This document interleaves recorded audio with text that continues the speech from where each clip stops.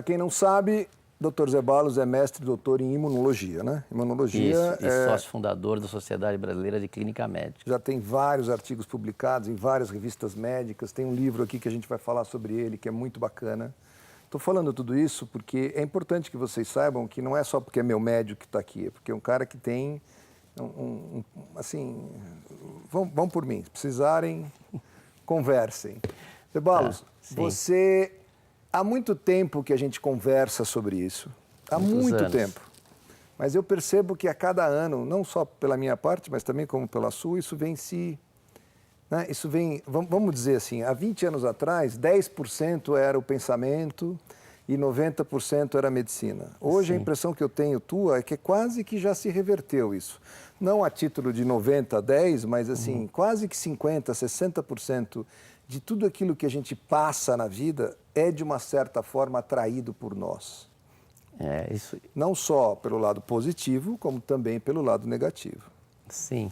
Então, o que eu quero dizer primeiro é que eu sou um médico clássico e que a minha medicina alopata para resolver situações agudas é a melhor que tem. Para as doenças crônicas, as doenças que a gente dá um medicamento e não resolve e ela volta, a minha medicina alopática não é a ideal. Eu, quando entrei com os pacientes, ele senta na minha frente, o meu objetivo é resolver o problema dele. E eu vi que com as doenças crônicas, o que nós tínhamos disponíveis com medicamentos não resolviam. Então, a gente fazia um trabalho mais abrangente.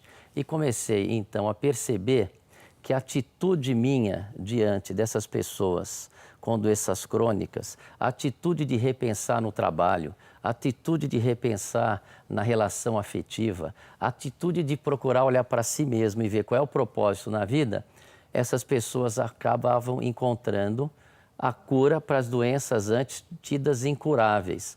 Mas quando a gente vê no Google que a doença é incurável, não é que ela é incurável.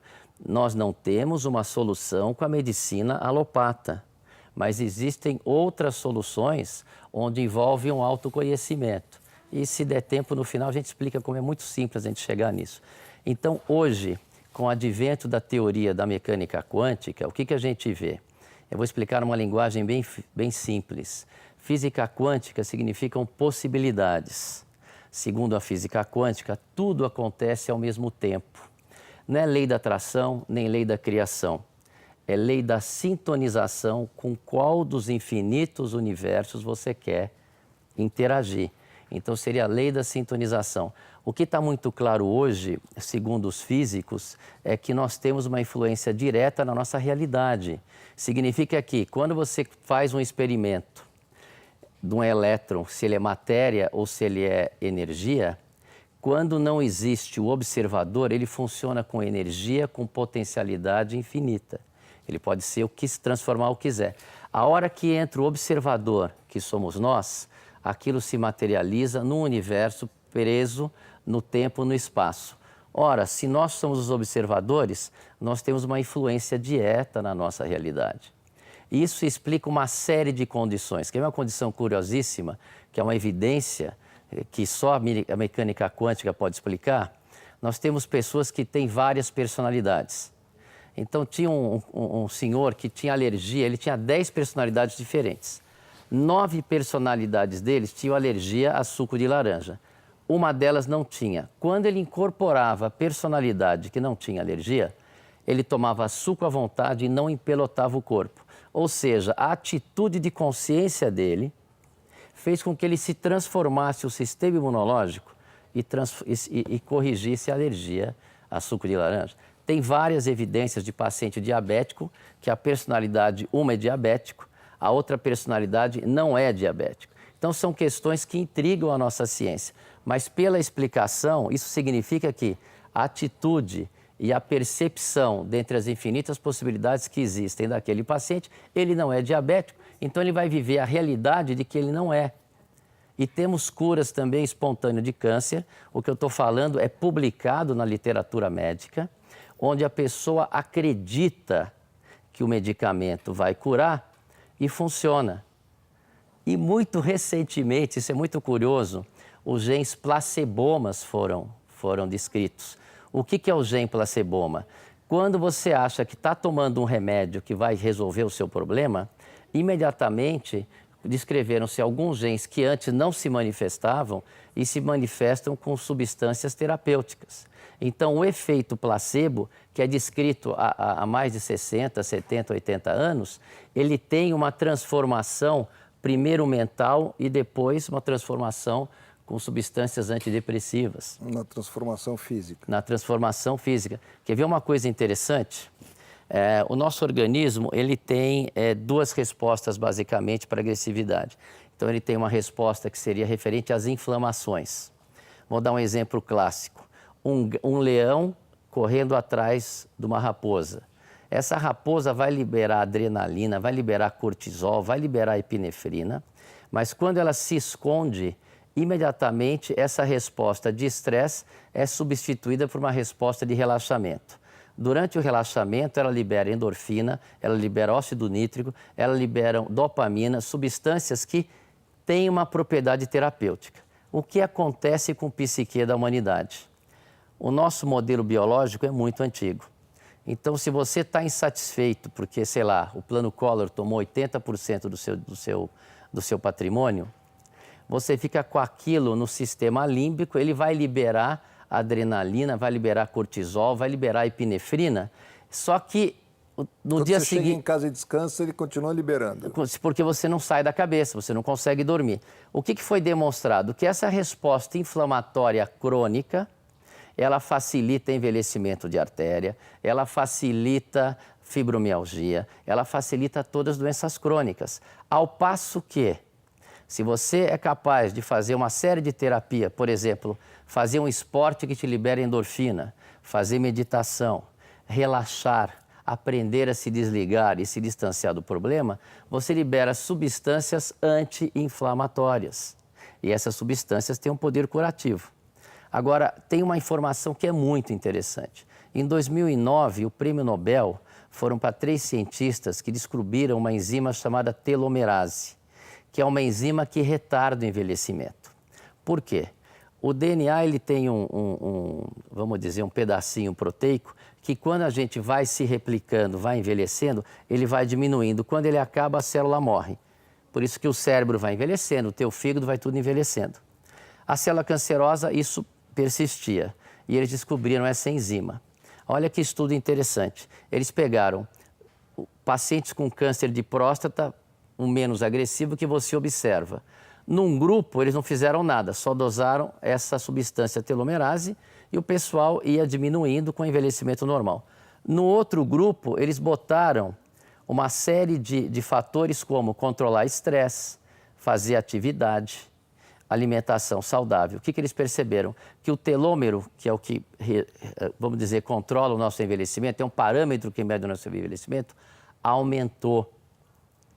Agora, o que a gente vê também, tem um estudo muito interessante com 240 idosos com mais de 100 anos de idade. Eles queriam ver o que esses idosos tinham em comum. Sabe o que eles tinham em comum? Não era a raça, não era a dieta, não era o gene. Eles todos eram otimistas, eles tinham uma atitude diferente.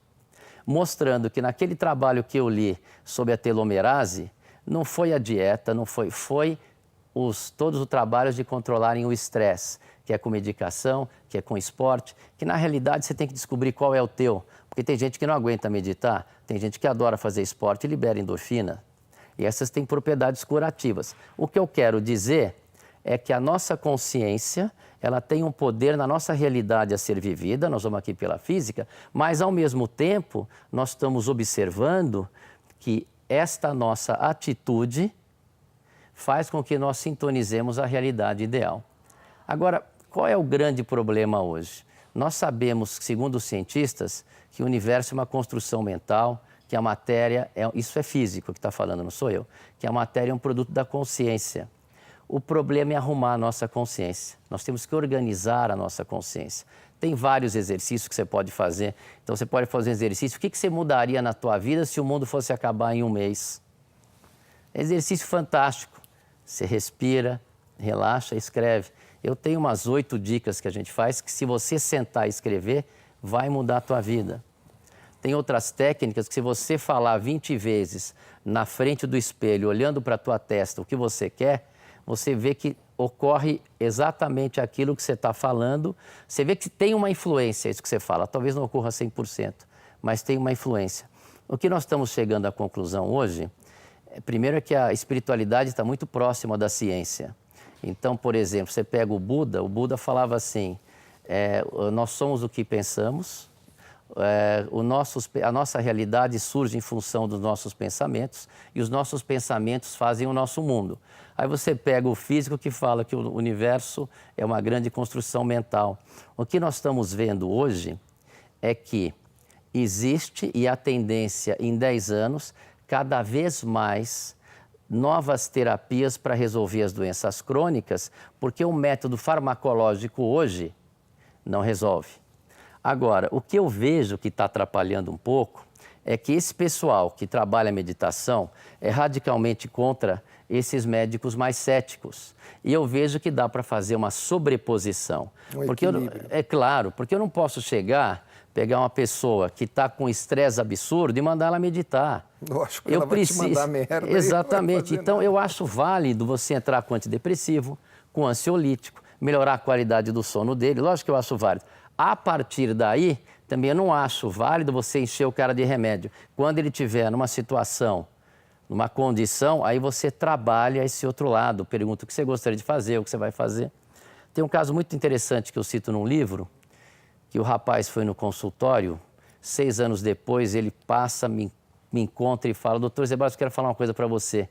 Lembra quando você mandou eu anotar tudo que estava me incomodando? Eu anotei tudo e fiz. A primeira coisa que eu fiz foi comprar o cachorro. A segunda coisa que eu fiz foi mandar a empregada embora. E a terceira coisa que eu fiz foi cancelar meu casamento. A vida dele mudou, porque às vezes a gente fica acomodado, fica engolindo um sapo num trabalho que a gente não gosta. A gente fica questionando, a gente fica numa não aceitação à nossa pessoa. A gente fica mantendo um relacionamento que não está legal. Isso tudo cria, vamos dizer, uma falta de foco na sua energia. E se você não arrumar essa consciência, você pode ter uma série de Vamos dar uma olhadinha num VT que explica um pouquinho. Vamos lá. Um pouquinho de tudo isso que você está falando. Vamos lá. Sempre que eu tocava, eu imaginava eu tocando violão, assim, para uma multidão, assim. Eu sempre sonhava com isso, assim, nos ensaios, fechava o olho, imaginava a galera. Transcended space and time. Time, not space. No, I don't know what you're talking about. Blanket represents all the matter and energy in the universe, okay? You, me, everything. Nothing has been left out, all right? All the particles, everything. What's outside this blanket? More blankets, that's the point. This is Vivian, my wife and colleague. And then over here, this is the Eiffel Tower, right? It's Paris. And this is a war. And this is a museum. And this is a disease. And this is an orgasm. And this is a hammer. Everything is the same, even if it's different. Exactly. But our everyday mind forgets this. We think everything is separate, limited. I'm over here, you're over there, which is true. But it's not the whole truth, because we're all connected. Not magic, it's just the way things are, Tommy. You and me in the air are actually tiny particles that are swirling around together. If you look close enough, you can't tell where my nose ends and space begins because they're unified. Esse filme chama Huckabee, A Vida é uma Comédia, que é bastante interessante, porque ele aborda isso de uma maneira cômica, mas que, no fundo, faz você pensar muito a respeito disso. Aquela história do lençol, que é tudo a mesma coisa, mas não é. Quer dizer, a gente está... nós estamos em lugares separados, mas não estamos, porque, de uma certa forma, somos todos conectados pela energia. Se eu estou aqui, se você está aí, é porque alguma coisa nos trouxe aqui. Não é uma coisa completamente aleatória e nem completamente... Tem uma coisa curiosa. Outro dia entrou um paciente, aliás, posso falar o Petkov, um cara super bacana. Mas espera, vamos falar sobre o Petkov depois do comercial, a gente já volta.